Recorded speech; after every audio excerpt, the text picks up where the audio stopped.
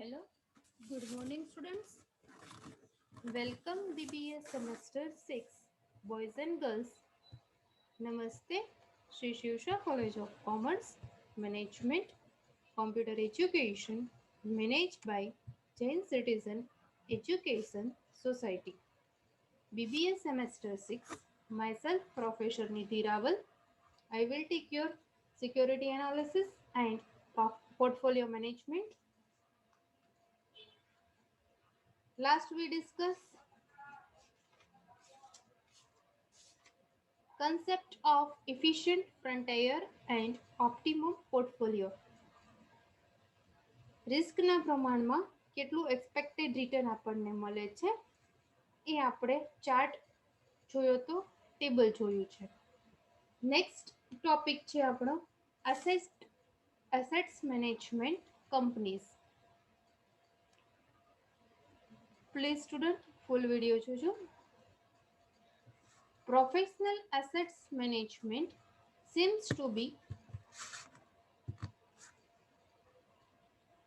appealing alternative for managing investment in view of the fact that very few individuals investors outperform the aggregate market average.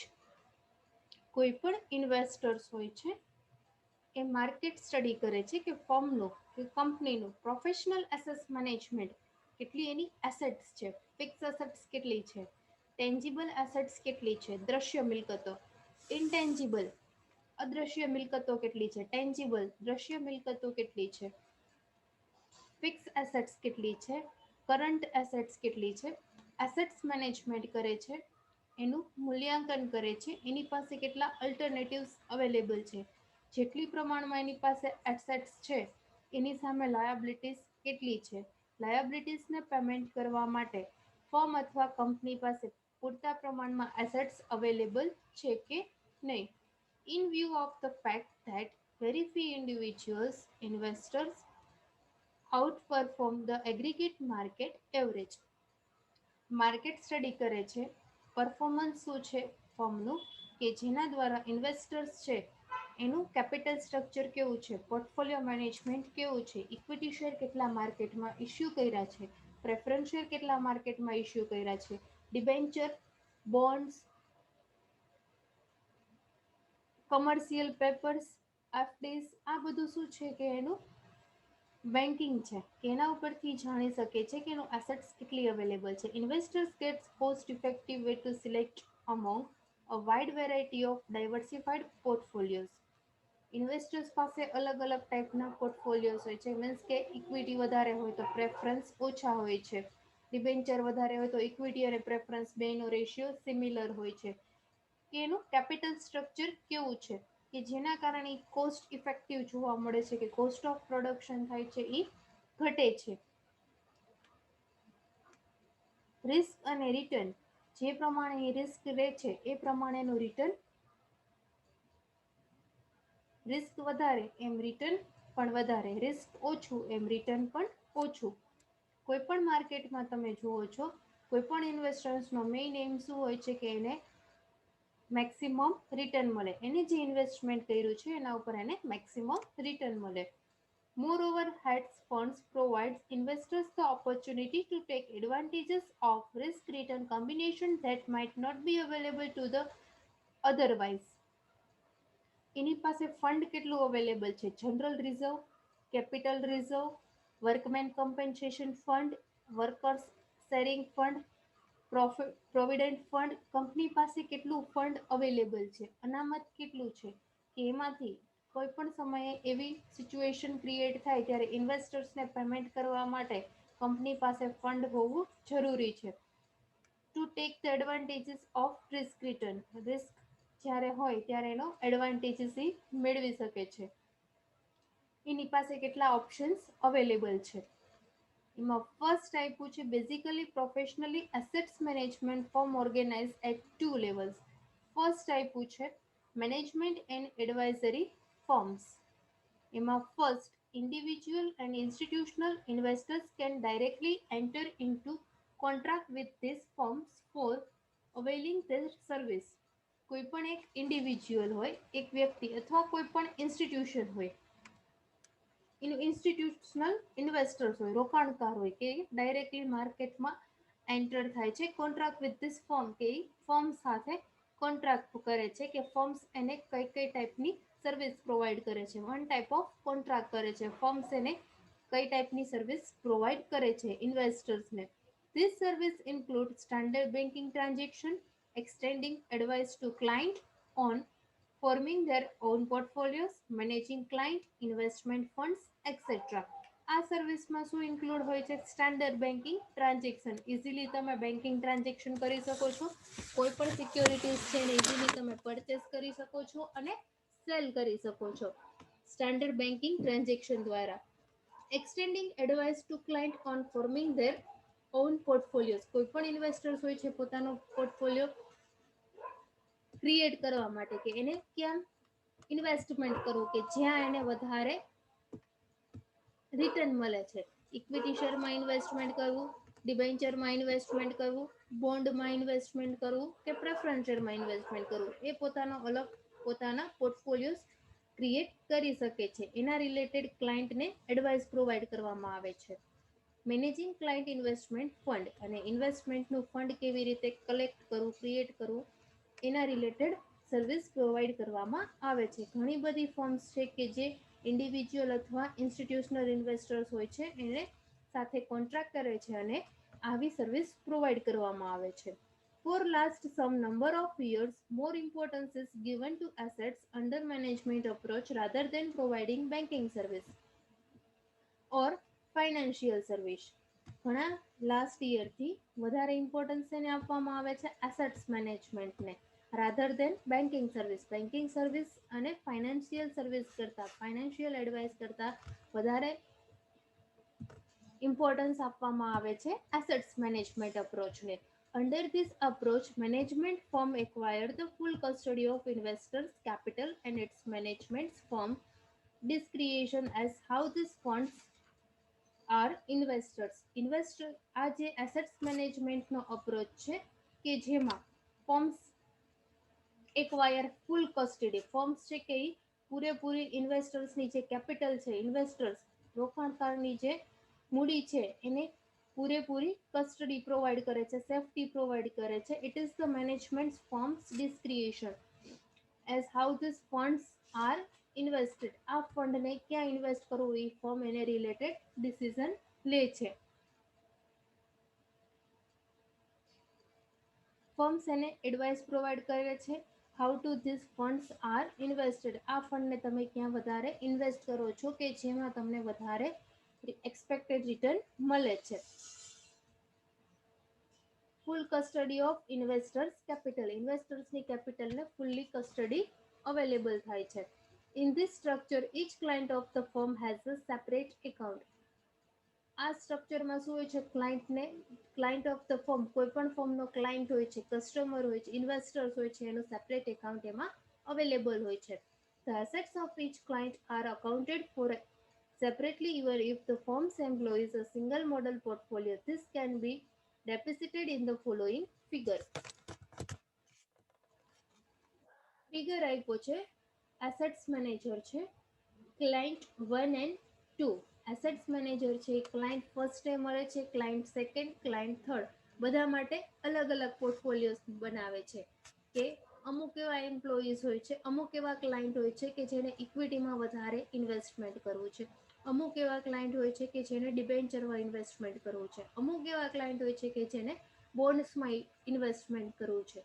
એટલા માટે assets manager છે એ શું કરે છે? ક્લાયન્ટને information આપે છે. ક્લાયન્ટ 1નો અલગ પોર્ટફોલિયો ક્રિએટ કરે છે, એસેટ્સ મેનેજર ક્લાયન્ટ 2નો અલગ પોર્ટફોલિયો તૈયાર કરે છે, એનું એકાઉન્ટ્સ અલગ બનાવે છે. એકાઉન્ટ 1, એકાઉન્ટ 2, ક્લાયન્ટ 1નું એકાઉન્ટ 1, ક્લાયન્ટ 2નું એકાઉન્ટ 2, એવી રીતે એનું એસેટ્સ મેનેજમેન્ટ કરે છે. The assets of each client are accounted for separately even if the firms employ a single model portfolios. Single model portfolio ધરાવતો એમ્પ્લોઈઝ હોય એને પણ અલગ સેપરેટ એકાઉન્ટ ક્લાયન્ટનું ક્રિએટ કરવામાં આવે છે ફર્મ દ્વારા. આ એનો ચાર્ટ આપ્યો છે, ચાર્ટ બતાવવો જરૂરી છે. Investment company next. The second approach to assets management involves the blending of investment capital from numerous clients and then investing in different securities. Second approach છે ઇન્વેસ્ટમેન્ટ કંપની કે જે કંપની રોકાણકારોની સંપત્તિનું ઇન્વેસ્ટમેન્ટ કરે છે. Second approach છે કે assets management છે એમાં involve છે બ્લેન્ડિંગ ઓફ ઇન્વેસ્ટમેન્ટ કેપિટલ. કેટલી ઇન્વેસ્ટમેન્ટ કેટલું કેપિટલ છે બ્લેન્ડિંગ એટલે મીન્સ કે એનું મિશ્રણ કરવામાં આવે છે ફ્રોમ ન્યુમેરિયસ ક્લાયન્ટ અલગ અલગ ક્લાયન્ટનું and then investing in different securities. બધા ઇન્વેસ્ટર્સ હોય છે એની કેપિટલ કલેક્ટ કરીને અલગ અલગ ક્લાયન્ટની અલગ અલગ કેપિટલને અલગ અલગ સિક્યોરિટીઝમાં ઇન્વેસ્ટમેન્ટ કરવામાં આવે છે.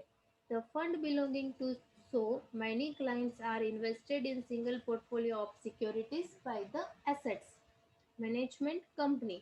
આ જે ફંડ અવેલેબલ હોય છે કે જેને client are invested in single portfolios. Client હોય છે એ સિંગલ પોર્ટફોલિયોમાં એનું ઇન્વેસ્ટમેન્ટ કરે છે by the assets management company. જે ડાયરેક્શન એસેટ્સ મેનેજમેન્ટ કંપનીએ પ્રોવાઈડ કરી હોય છે એ ડાયરેક્શનમાં ક્લાયન્ટ હોય છે કે જે પોતાનો સિંગલ અલગ પોર્ટફોલિયો ક્રિએટ કરે છે અને એની સિક્યોરિટીઝને એમાં ઇન્વેસ્ટમેન્ટ કરે છે. In exchange of this employment of fund the assets management company issue to each investors new share representing he or her proportionate ownership of the mutually held portfolio securities investment.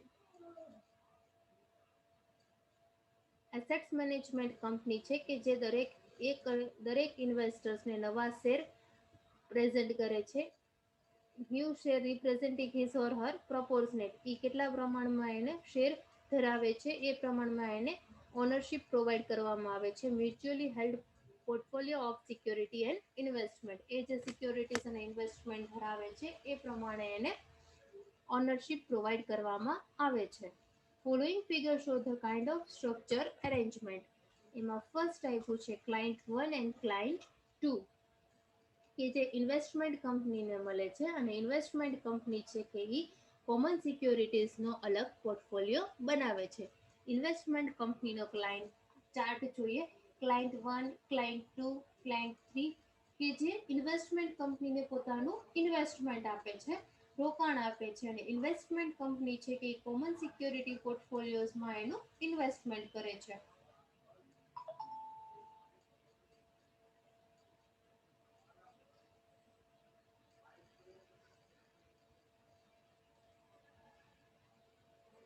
These two organizational firms are very different in so many respects. Private management and advisory firms try to know the specific objective constraint of their client by developing personal relationship with them so as to develop tailor-made portfolio of security for each client.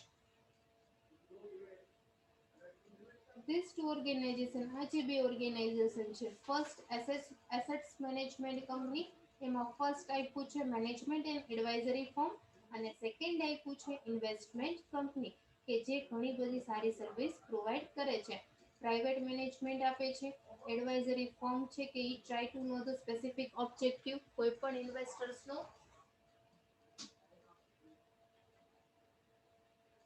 ઇન્વેસ્ટર્સનો objective શું છે એને શેમાં investment કરવું છે ક્લાયન્ટને કેવી રીતે maximum return મળે છે. Client by developing personal relationship with them. Client સાથે પર્સનલ રિલેશનશિપ મેન્ટેન કરવામાં આવે છે so as to develop portfolio security for each client કે જેના દ્વારા દરેક ક્લાયન્ટનો તમે સારી રીતે પોર્ટફોલિયો ક્રિએટ કરી શકો છો અને એની સિક્યોરિટીઝનું તમે રક્ષણ કરી શકો છો. The service of private management firms are availed only by investors having a huge amount of capital to invest as a special service provided by this firm come at cost. જે સર્વિસ પ્રોવાઈડ કરવામાં આવે છે private management firm દ્વારા ઇન્વેસ્ટર્સને કે જે ઘણી મોટી capital એમાં ઇન્વેસ્ટ કરવામાં આવે છે અને સ્પેશિયલ સર્વિસ પ્રોવાઈડ કરવામાં આવે છે. આવા પ્રાઇવેટ ઇન્વેસ્ટમેન્ટ કંપની હોય છે કે જે ઇન્વેસ્ટર્સને સારામાં સારી સ્પેશિયલ સર્વિસ પ્રોવાઈડ કરે છે અને સારામાં સારું મોટું હ્યુજ અમાઉન્ટ કેપિટલનું ઇન્વેસ્ટ કરે છે. Generally, investors like pension fund, sponsors and high net worth individual are client of this private management and advisory firms.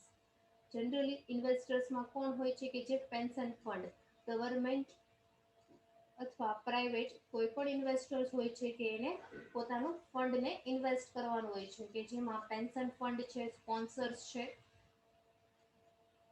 કે ત્યારે એને પોતે એનું ઇન્વેસ્ટમેન્ટ કરે છે. અમાઉન્ટ મોટી હોય છે ત્યારે એ ઇન્વેસ્ટમેન્ટ કંપનીઝનો સંપર્ક કરે છે, કે જે સારામાં સારી એડવાઇસ પ્રોવાઈડ કરે છે, અને પ્રાઇવેટ મેનેજમેન્ટ છે એ તમને ઇન્વેસ્ટમેન્ટ ક્યાં ઇન્વેસ્ટ કરવું એ પણ સારી સર્વિસ પ્રોવાઈડ કરે છે અને એડવાઇસ પ્રોવાઈડ કરે છે. Whereas investment company offer mutual fund which is form as common solution to implement problem. Investment પ્રોબ્લેમને દૂર કરવા માટે ઇન્વેસ્ટમેન્ટ કંપની દ્વારા મ્યુચ્યુઅલ ફંડની સારામાં સારી સ્કીમ પ્રોવાઈડ કરવામાં આવે છે.